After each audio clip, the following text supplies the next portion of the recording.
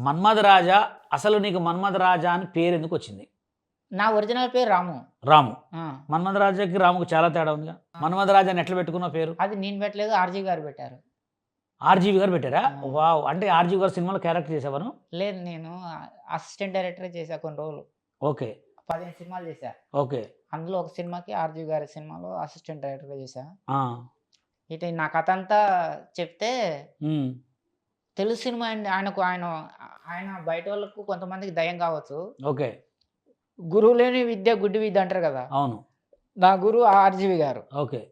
కొంతమందికి దయ్యం కావచ్చు. ఓకే. నా నా వ్యక్తిగతంగా మాత్రం దేవుడే. అంటే నువ్వు ఆయన్ని కలిసినవా? లేకపోతే ఆయనతో సినిమాలు చేసినవా? లేకపోతే ఏదో ఇండైరెక్ట్ ఇప్పుడు ఆర్‌జీవి గారా? ఇప్పుడు మీరు నాకు కలవలేదు. అవును. కానీ ఇప్పుడు ఏదో ఓ రకంగా వచ్చింది. వచ్చింది. అట్లనే అది కూడా అట్లనే వచ్చింది. వచ్చింది. ఓహ్! సూపర్. ఓకే.